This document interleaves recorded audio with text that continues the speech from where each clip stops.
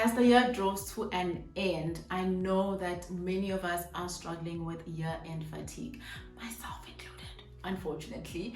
So today I'm going to be sharing with you guys my 5 tips to deal and handle year-end fatigue like the boss babe that you are, or the boss that you are. So yeah, stick around, grab a pen and paper, and let's get going.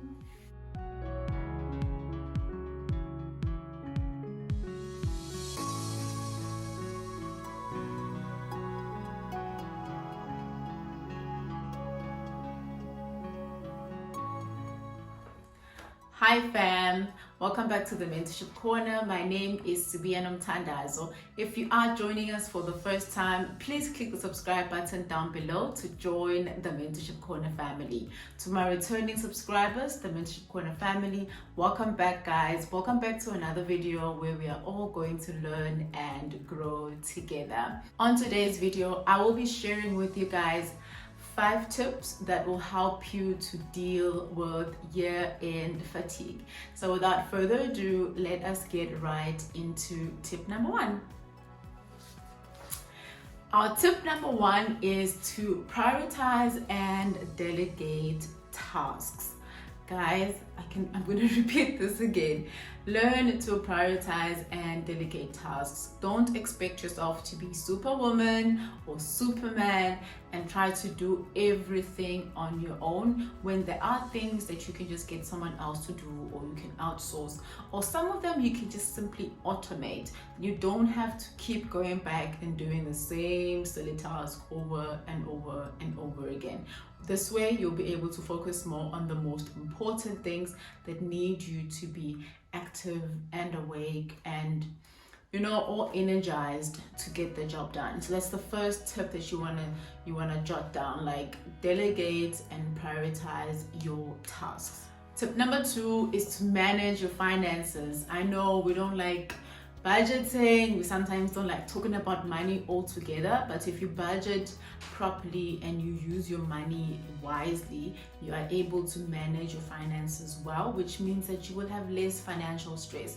To add into that, as the year is drawing to an end, we've got the festive season coming up, Christmas season, New Year's. That time of the year you want to be celebrating. So in order for you to celebrate, you need to have money.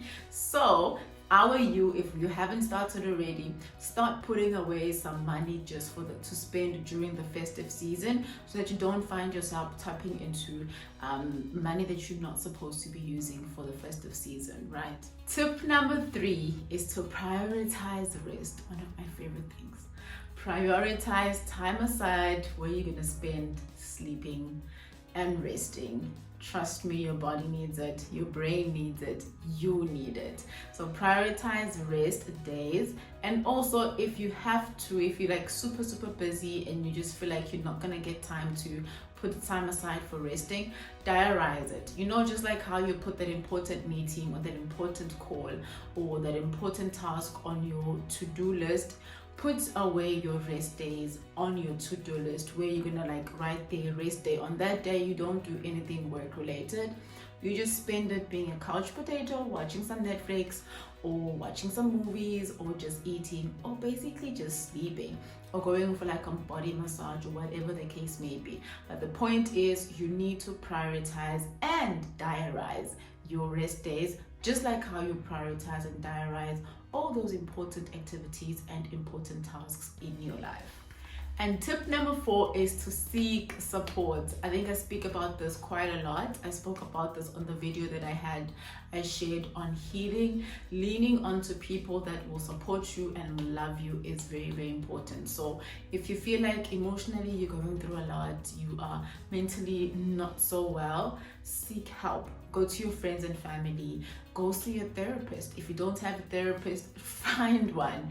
If you feel like, I'm going through this emotional turmoil, I don't want to speak to my friends, I'm not really comfortable speaking to my family, find help. go and seek professional help, because at the end of the day, these are all the things that actually contribute towards you having fatigue towards the end of the year. And obviously life will get stressful when the year's about to end. You gotta make sure you meet your deadlines, you gotta make sure everything is in order, you gotta make sure that, I don't know, plans for Christmas are done, or groceries for Christmas is done, or whatever it is that may be stressing you out. Seek support. I'm sure there's people around you who will come to your rescue, give you a hug when you need one, just give you an ear if you need to vent, give you a shoulder if you need to cry. So seek help whenever you need the help, whenever you feel like emotionally it's getting too much, mentally it's a little bit too much for you. Seek help, and trust me, people who love and care about you will come through for you. And then the last tip, which is actually like the favorite, like my most favorite one, is prioritize self-care, guys. I legit put away time for self-care days. I may not do like a full day of self-care, but I'll maybe take like 4 hours of that day just dedicated to taking care of this beautiful body. On those days, I normally do like a soak up in the tub, or I'll do like my face, my like full on advanced skincare routine where I'll soak my face, I'll not soak, oh gosh, well, do like a mask, and I will moisturize my face nicely, and I'll make myself a cup of tea. No, I don't drink coffee, Jesus, but I'll make myself a cup of tea or hot chocolate. I'll make myself really good breakfast, and I'll just spend some time in solitude. I'll journal, I'll read, I'll do whatever it is that I feel like doing that day. Probably ice cream will be there on the list, but yeah, depending on my mood. But spend some time taking care of yourself, because that is not selfish, but it's self-ful. If you are better taken care of, and if you are well taken care of, it is so easy for you to just overflow and take care of everyone else around you, because you know how to do it for yourself. And also, I think it's also like important, because you are able to pick up if some of your friends are not taking very good care of themselves, and then you're able to just kind of, what's the word, win them into like having that self-care conversation, and then hopefully being able to help a friend or two. So there you have it, guys. 5 tips.